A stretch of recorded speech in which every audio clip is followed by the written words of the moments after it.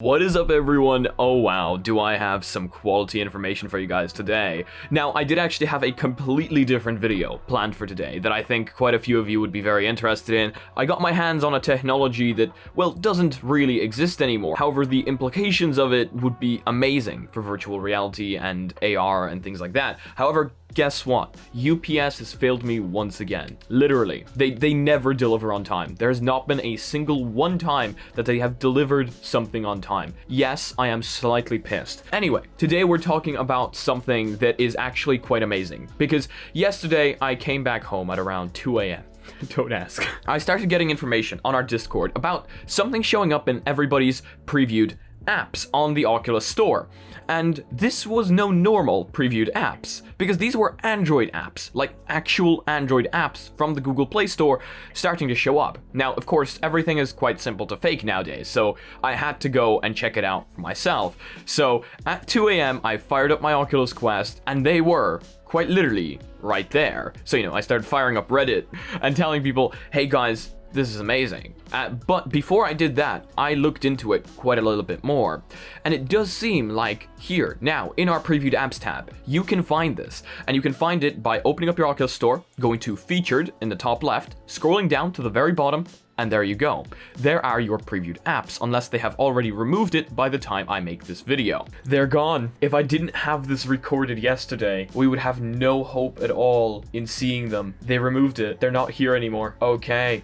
See, that's interesting. Okay, thank God I recorded it. And in there seems to be a whole bunch of apps that, well, come from Android. These are the most popular apps. We don't see kind of less popular apps in there. We've got Zoom in there, really cool, something for Infinite Office. We've got Snapchat in there, but it's called Snap, so I'm not sure whether that is the official Snapchat. I know Snapchat doesn't like modded clients, so I don't know what's happening there. And people have been speculating. They've been like, how would Snapchat even work? What I think is going to happen is they will either give you a virtual camera, which would be quite interesting, with a virtual avatar, with your avatar, if they are working directly with Snapchat, they can do that. With the avatars now from Avatars 2.0, they could totally give you a virtual camera. TikTok, same thing, or they could just allow you to receive and send messages, like text, or look at pictures that you receive, but not necessarily send anything back. Among Us was on there, because, why not? We had things like Photoshop on there, which is actually very interesting because I don't think Photoshop in VR would be the most comfortable thing, but look,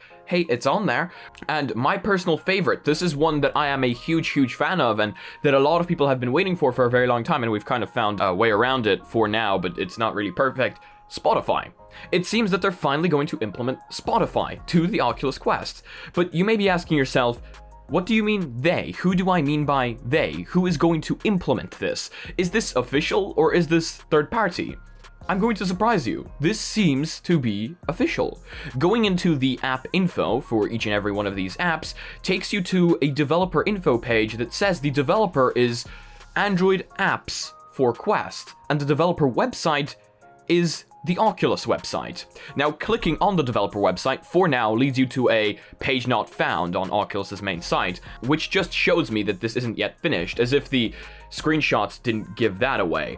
But they are there, and last time we saw something like this, it was in Avatars 2.0. They had the exact same placeholder screenshots and roughly the exact same info, which makes me think, since Avatars 2.0 came out not long after that, this might also be coming out pretty soon. Now, what is also worth noting is that some of these apps are compatible with only Quest 2, like for example Spotify, and some of them are compatible with both Quest 1 and Quest 2. Why that would be, I have no clue. And it is very interesting to see that they are bringing the most popular apps to Quest. I mean, I know this was requested, especially the Spotify one. The others, I don't know who requested them or how they found out that these were the most popular apps. Some people have been speculating on the posts that I posted that this is their way of making the Oculus Quest kind of compete with the Chromebook. They're saying, hey, look, they're trying to make it into a productivity machine. Infinite Office and all of these, really cool. Some people have been thinking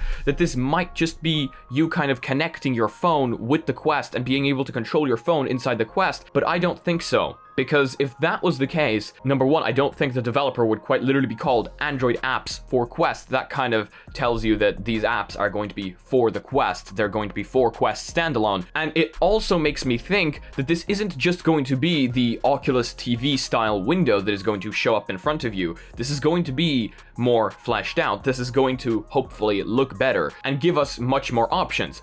Funny part, Discord isn't on there, but as most people pointed out in my last video, we do not think that Facebook is going to allow Discord to be on the Quest. Prove us wrong, but I don't think Facebook is going to allow somebody else to take all the data. They're probably going to start slowly implementing Discord's features into like Facebook Messenger or something like that. Oh, talking about Facebook Messenger, I finally got it on the Quest. But this is definitely something that quite a few of us are looking forward to.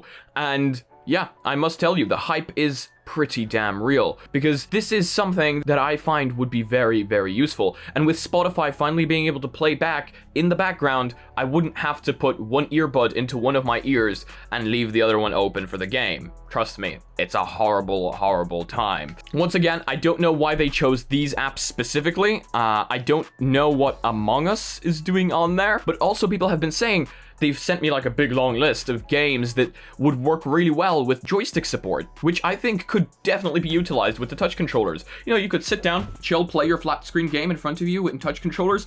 This is something we've wanted for a long, long time. Now it's just a matter of asking the question, is Oculus listening to us? Or is this just something they implemented on their own accord? Maybe they thought of it and that's why these apps are what they are, and not necessarily things that people requested. Unless these are things that people requested and I'm just being stupid, but who requested Among Us? Actually, now that I'm thinking about it, there were multiple videos about people sideloading Among Us to the Quest. There were also multiple videos of people sideloading Spotify to the Quest. I wonder if they're just taking those videos of people sideloading apps to the Quest and seeing which apps are sideloaded the most, and now they're going to try to implement them. Anyway, as I said, it does seem to be official, but don't take my word for that. But it definitely does seem like it, especially since it has shown up on everyone's quests inside the preview apps section, and I'm pretty sure only Oculus has the option to do that, because from what I know, for apps to show up in the previewed apps, you have to accept an email from a developer, and then you receive the app early for testing, like for example, if you're going to do a review on it. So this is pretty damn cool. It's a lot of hype, and that's why I dedicated pretty much the entire video to it. I also wanted to get as much of like my ideas for it out as possible. I normally don't spend an entire video talking about one topic, but this is very, very hype, very, very interesting, and I would love to hear your opinions on it down below. What do you think? Has this shown up on your Quest? And what are you thinking about it? Do you think that we are going to get this, or is this just them kind of playing around with us and testing things? And which app would you find most useful inside your Oculus Quest? Very, very interesting stuff. Okay, now, just at the very end of the video, I want to hop into one singular other piece of news that I do have here for today, and that is Arthur has received human-like avatars and lip syncing, and it looks incredibly creepy. No, it actually looks really, really cool, and I'm a huge fan of it. There is no denying the fact that we're moving in the correct direction. It is kind of creepy, because when you start seeing all these metahumans, when you start seeing all these kind of realistic faces, because humans learn to recognize faces, and you start seeing all these faces in VR, and you see them eye tracking, face tracking, and with the new HTC headset, who knows, we might get eye and face tracking all in one headset. That would be really cool. Imagine that being the Vive Pro i2 standalone. Imagine that if VR chat finally started supporting it, which is probably not going to happen, but it's going to become a whole new level of social interaction where we can actually see people's expressions, and that's creepy.